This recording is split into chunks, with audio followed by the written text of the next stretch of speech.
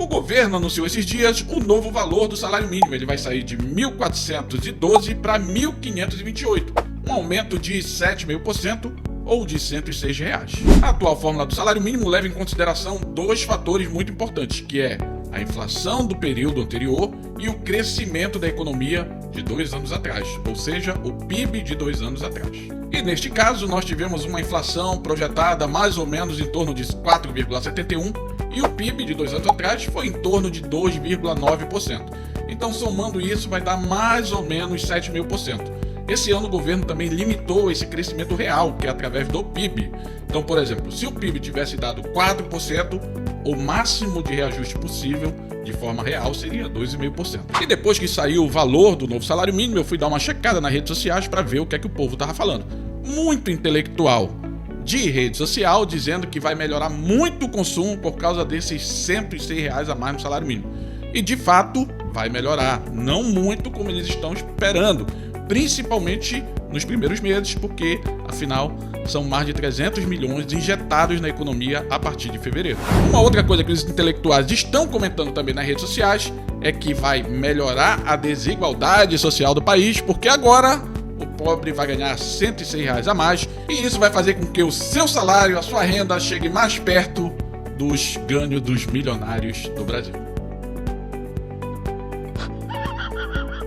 Mas o melhor argumento de todos, e esse foi imbatível, foi de um estudo que eu li de uma universidade do sul do país, que lógico, eu não vou falar o nome para não expor e muito menos ridicularizar ninguém, falando que a partir do momento que o trabalhador tiver esse aumento de R$ 106 reais, vai melhorar a qualidade de vida desse trabalhador. Eu sinceramente queria entender muito, mas muito mesmo, e olha que eu faço muito esforço para entender a cabeça desse povo. E o pior de tudo é que essa galera convence, mas convence muito mesmo, muitas pessoas que estão ali lendo seus comentários, seus estudos e começam a defender a mesma coisa. E toda vez que tem um aumento do salário mínimo, isso causa um certo transtorno para as contas públicas, ou seja, para as despesas do governo. E quando o governo está deficitário, que é o nosso caso hoje aqui no Brasil, isso é um transtorno muito maior. Por quê? Justamente porque toda a previdência pública, ou quase toda, ela é indexada ao salário mínimo. Ou seja, sempre que tem um aumento de salário mínimo, aumentam as despesas do governo. Então, só para você ter ideia, a cada R$1 de aumento no salário mínimo, isso aumenta mais 400 milhões as contas públicas. Então, o governo, só para você entender, vai ter, com esse aumento do salário mínimo, uma despesa a mais de 42 bilhões de reais. Entendido agora que o governo ele sofre muito com esse aumento do salário mínimo, vamos para a segunda parte, que é o efeito disso na economia. O salário do trabalhador, assim como tudo que está agregado nele, principalmente em cargos sociais, aí a gente está falando de FGTS, INSS, as multas rescisórias, isso faz parte dos custos de produção ou de serviços da empresa. E quando se aumenta custos de produção ou de serviços das empresas, o que é que acontece? Lógico que esse valor a mais nos custos da empresa vão ser repassados para o consumidor final pagar.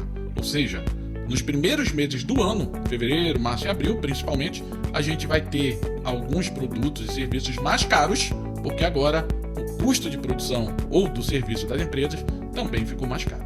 E só abrindo um parênteses aqui, toda vez que se tem um aumento de custos das empresas através de canetada, como é o caso agora do aumento do salário mínimo, o governo dá canetada dizendo que tem que aumentar e acabou, a gente sempre vai ter processos inflacionários, sempre vai aumentar o preço das coisas. Qual seria o ideal? Justamente um aumento através da produtividade do trabalhador. Mas acho que vocês ainda não estão preparados para essa conversa. Quem sabe, num próximo vídeo a gente esclarece melhor esse assunto. Mas voltando aqui para o assunto do salário mínimo, agora em fevereiro, o trabalhador ele vai começar a receber esse salário novo referente ao que ele trabalhou ali em janeiro. Então, vai receber agora 1.518, mas de cara já vai ter um desconto aí de 7,5%, que é o INSS, a Previdência Pública, que todos nós temos que contribuir, e não é diferente para quem ganha um salário mínimo também, que tem que contribuir. Isso é dinheiro que vai para o governo e são outras histórias, que a gente não alongar muito aqui. Mas enfim, então o governo ele vai descontar 7,5% do trabalhador e esse trabalhador vai receber líquido na sua mão R$ 1.404,15. Mas se ainda levarmos em consideração que quem ganha um salário mínimo geralmente gasta esse salário com consumo, e consumo de alimentos, de itens de primeira necessidade, né, que é energia, gás, hoje telefones, todo mundo hoje precisa de telefone, água, vestuário, enfim, coisas que de fato essas pessoas precisam e não podem muitas vezes abrir mão, né? Uma pessoa que ganha um salário mínimo dificilmente vai guardar dinheiro, vai investir, vai fazer viagens internacionais, né? Viagens para os pontos turísticos e tal. Enfim, essas pessoas geralmente já estão muito preocupadas com a alimentação, principalmente esses itens de primeira necessidade. E quando a gente fala em consumo, a gente está falando de uma tributação média de 30%. Lógico, tem coisa que é tributada bem mais, tem outras que é menos, mas na média a gente paga 30% em cima de tudo que a gente consome. Então vamos fazer uma conta rápida aqui.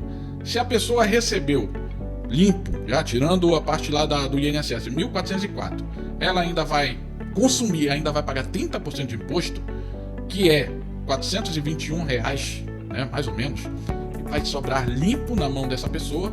Na verdade, o que de fato vai pertencer a esse trabalhador, dos 1.518, é apenas 982. O restante é do governo.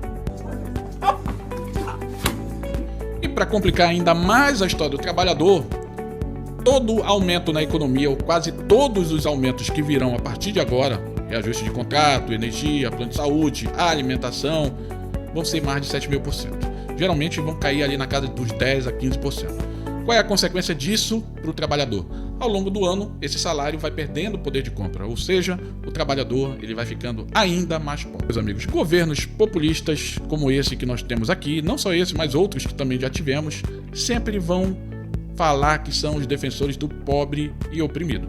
Enfim, dando aumentos medíocres no salário, condições de vidas precárias, mas vão sempre dizer que estão dando muita coisa. Eles vão transformar a migalha em alguma coisa extremamente importante para a vida desses trabalhadores. E o que me deixa mais revoltado é que a gente que está fora dessa bolha, né, que a gente não tem ideologia, que a gente de fato consegue enxergar as coisas melhores do que a maioria dos brasileiros, é que a gente vê que essa migalha que dão para o povo brasileiro, eles ainda pegam parte dessa migalha para bancar os seus luxos lá no poder. Por fim, meus amigos, o governo sempre vai vender o seu peixe como se fosse o melhor peixe do mundo.